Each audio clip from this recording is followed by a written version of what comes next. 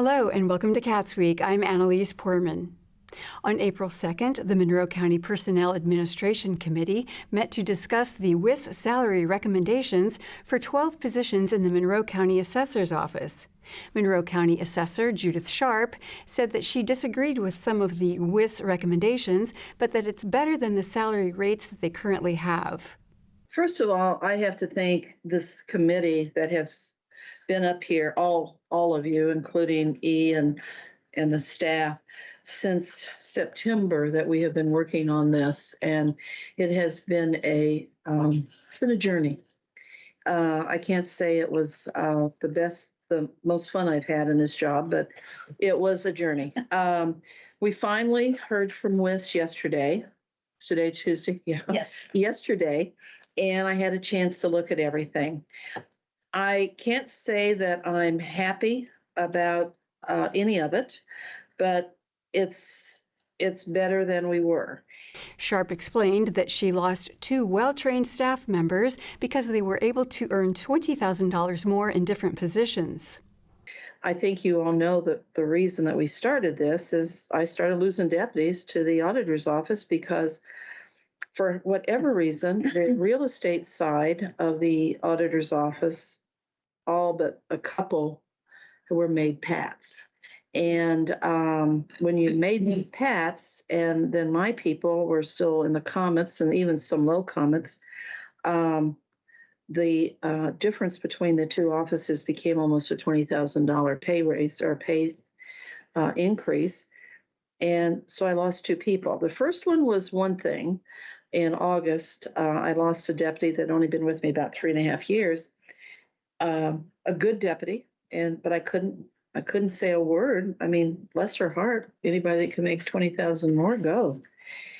But then the last one really hurt us. It was a deputy that had been in training for over 7 years, and because of personal problems, personal issues at home, everybody can use an extra 20,000. Let's face it, we all would. But I could never hold Charlotte anything but in great respect. I wish her the best. But this really shows an issue that I have in my office. I can't keep losing people. Sharp said that although the new WIS salaries are better than the current ones, there are still 2 positions that need higher pay, specifically the property director. But anyway, Shelley, and it's not about the person, you know that, it's the position. So the property director position, which is the most important, because everybody's important, but this job is, Shelley has been with us for 35 years, 27, you're 34, 27 years, and Shelley was a deputy when we had the old township assessors. And then I brought Shelley over to us when we got rid of all the townships, and Shelley has been one of my major supervisors, and the most important job. She does it all. She is the one that does all of the computer work. Everybody works on the computer, but she goes all the way down, and she actually writes programming or helps write programming to our software developers, because we develop software in this county for our jobs. We were asking this property director to be at least a PAT D, and what I was using the auditor's PAT classifications, and the auditor's property director is a PAT D. Councilmember Jeff McKim agreed that the 2 positions should be classified as professional positions. Well, first of all, it's interesting the 2 positions that you brought up were the 2 that I noticed that seemed like they were it just didn't make sense that they were classified as comments. So, the property director and the GIS administrator certainly seem like professional positions, and it would be hard to have people to be able to retain people without those kinds of professional classifications in those positions. McKim moved to forward the recommendation of the job reclassifications to the county council. I can make a motion. Let me just first of all say that I am persuaded by the need for more parallelism between the assessor's office and the auditor's office. I think that's and I'm disappointed that that wasn't reflected in WIS's recommendations. So I move that we forward to the council the following recommendations. Property Director, Pat D. PETA BOA Administrator, Pat B. GIS Assessment Administrator, Pat B. Market Data Analysis Administrator, Comet D. Sales Disclosure. I think that was. That's what you're. I'm sorry, you're right. I'm sorry. Pat A. Sorry, Pat A on that one. Sorry. Sales Disclosure Specialist, Comet C. Yes. Assistant Property Director, Comet D. Real Estate Reassessment Specialist, Comet C. Personal Property Specialist Supervisor, Comet D. Floating Assessor Specialist, Comet C. And Personal Property Assessment Specialist, Comet C. The recommendation was approved unanimously. It will be heard by the County Council at their meeting on April 9th. The Monroe County Election Board met on April 4th and listened to almost 40 minutes of hearings related to late candidate finance document submissions.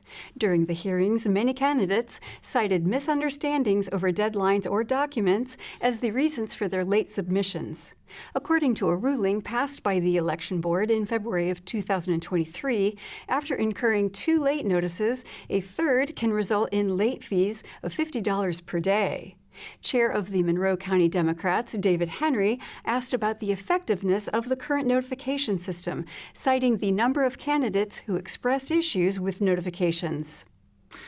This was a policy that, of course, was adopted during my term on the election board, and so I understand a bit of the spirit in the letter of what we were trying to do and helping to manage the process here. But after a year, it may make sense to revisit some of how this has worked out and how our notifications are working.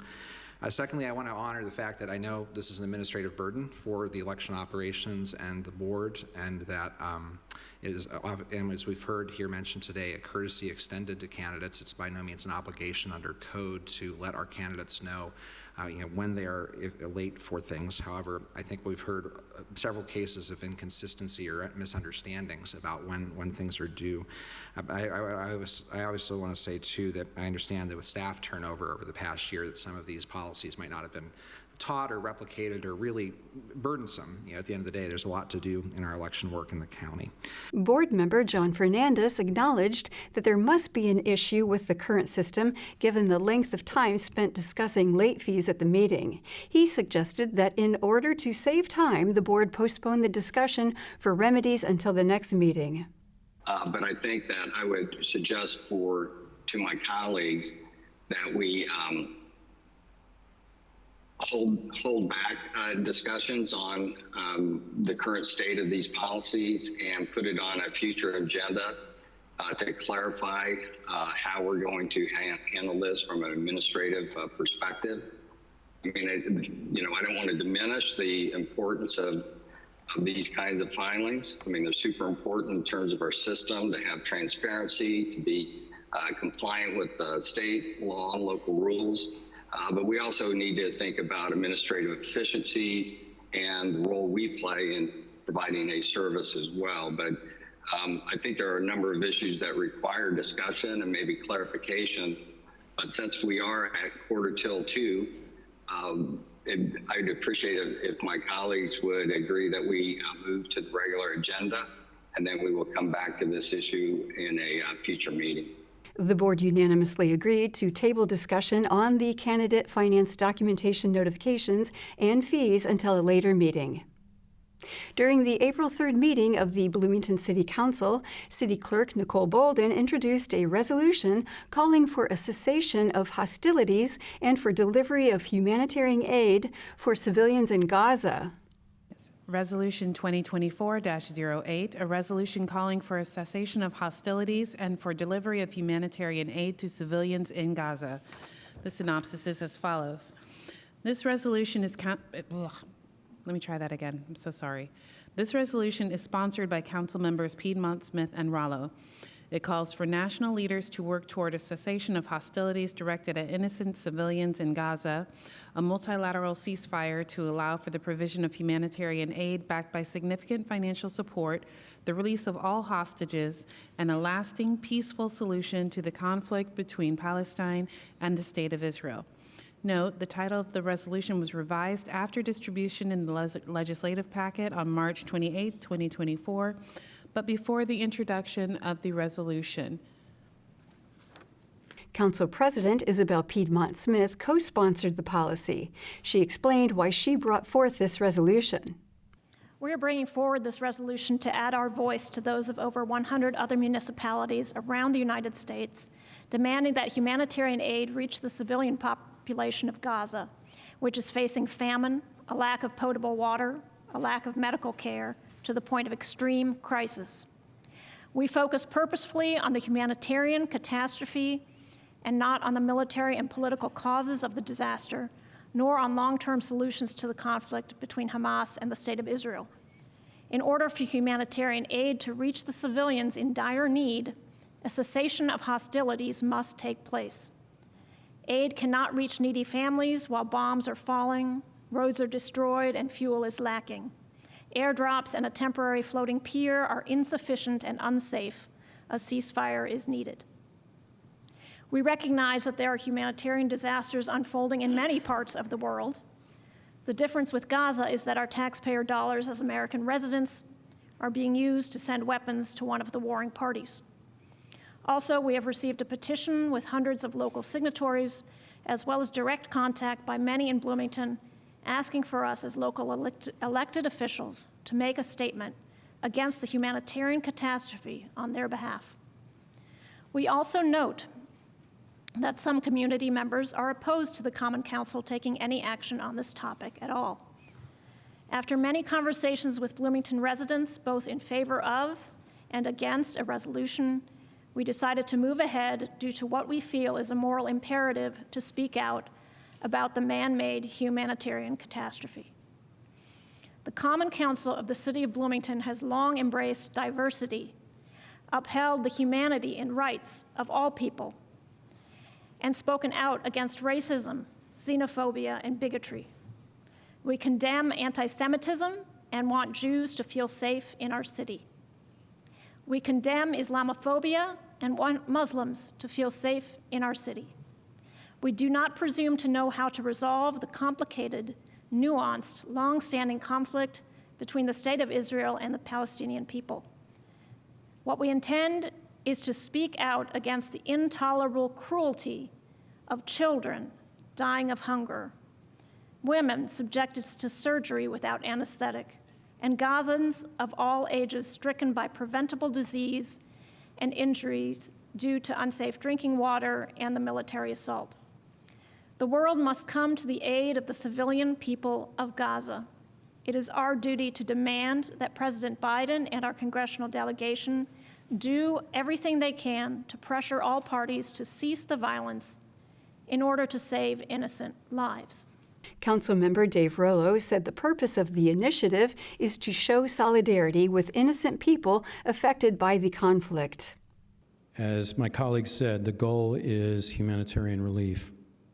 Our motivation was for the innocents, particularly the children in this conflict. As of March 17th, the UN Children's Agency stated that over 13,000 children have been killed in this conflict in Gaza. UNICEF reports that over 1,000 children have had their limbs amputated. And because of the lack of aid, many are now operated on without anesthetic. Famine is now in North Gaza. 210,000 people there are in phase 5 as defined by the UN's IPC, Integrated Food Security Phase classification of catastrophic. 900,000 in South Gaza are classified as experiencing catastrophic food insecurity. Hundreds of thousands will be starving if aid isn't delivered soon. These circumstances are avoidable. This is a humanitarian catastrophe, and it must be addressed. This cannot continue. I don't expect the situation to get better without people speaking out. It's not going to get better on its own. And to the extent that we can help avert this crisis, I feel compelled that we must speak out. Thank you. Later, Bloomington Mayor Carrie Thompson addressed racist and anti-Semitic comments made by speakers during the initial public comment period of the meeting. Good evening, council members.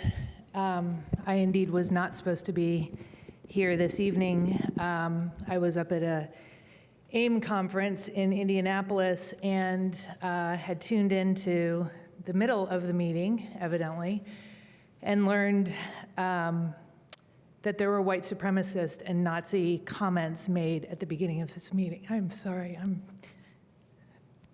sad and furious.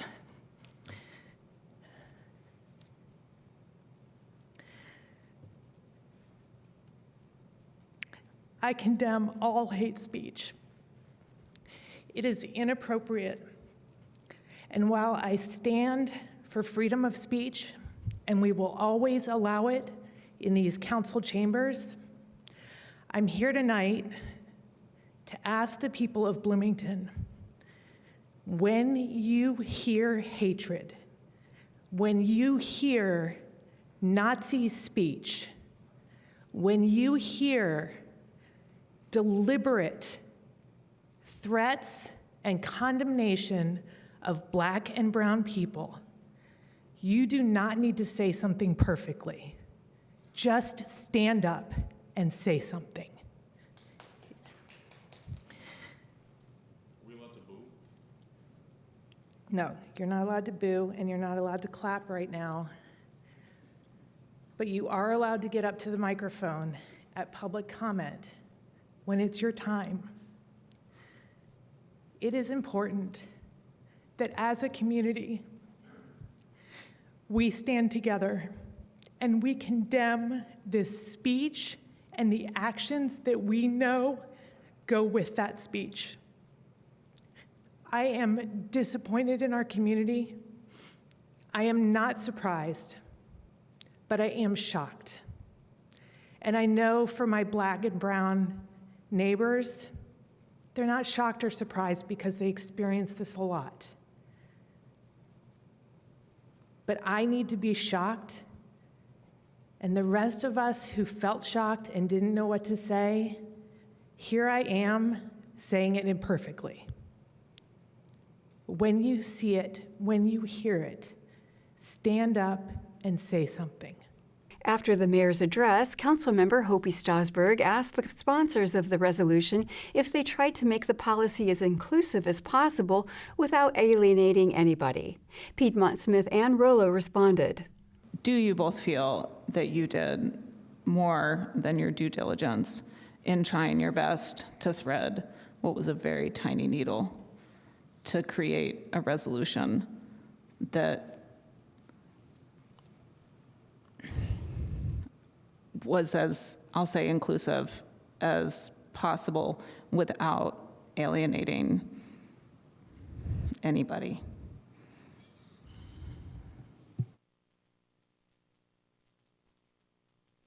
I certainly tried.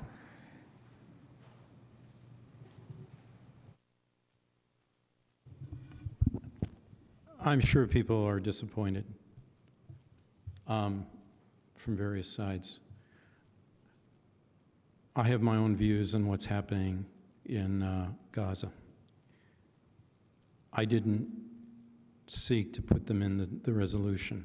What we sought to do is to speak to the community and see if we could find a place where we all agree, where our common humanity is. And that is protecting innocents, especially children. During public comment on the resolution, a representative from Citizens Concerned for Justice in Palestine and Israel expressed his support for the resolution. I want to thank Council President Isabel Piedmont and Member Dave Rollo for taking the initiative in composing the resolution before the Council. It reflects input from a diverse range of individuals and associations. No resolution will ever be acceptable to everyone, but this resolution represents the most basic and reasonable principles for cessation of hostilities, a multilateral ceasefire to allow humanitarian aid to civilian populations with significant financial support, the immediate release of hostages, and steps towards a peaceful solution to the conflict between Palestinians and Israelis. If we are unable to support a resolution of these fundamental principles, how can we expect Israelis and Palestinians to ever stop the ongoing slaughter and harm done to innocent people on both sides of the conflict? Another local resident, Lawrence Levy, said that he does not support the resolution. He said that he believes the matter is beyond the purview of the City Council. My name is Lawrence Levy. I oppose the City Council making proposals about international and global affairs in locations situated 8,000 miles away. Their mandate explicitly states that their purpose is enacting legislation that fosters the health, safety, and welfare of the city while ensuring the delivery of municipal services. How does this proposed resolution align with this mandate? Piedmont, Smith, and Rollo state that their concern is the intolerable cruelty inflicted on children due to many factors, including unsafe drinking water. If that's the case, why hasn't the City Council ever proposed a resolution to address the suffering of children due to lead and polluted water within our own country in places such as Flint, Michigan, and Jackson, Mississippi?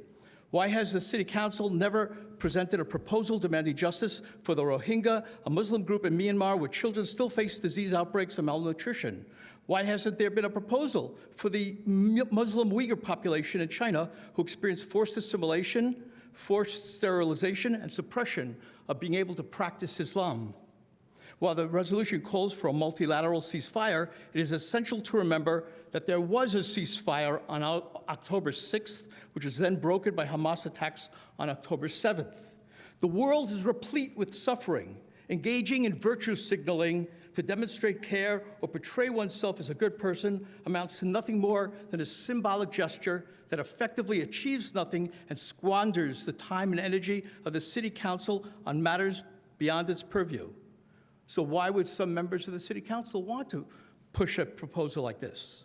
Allow me to quote a favorite of one of the council members, Dr. Martin Luther King.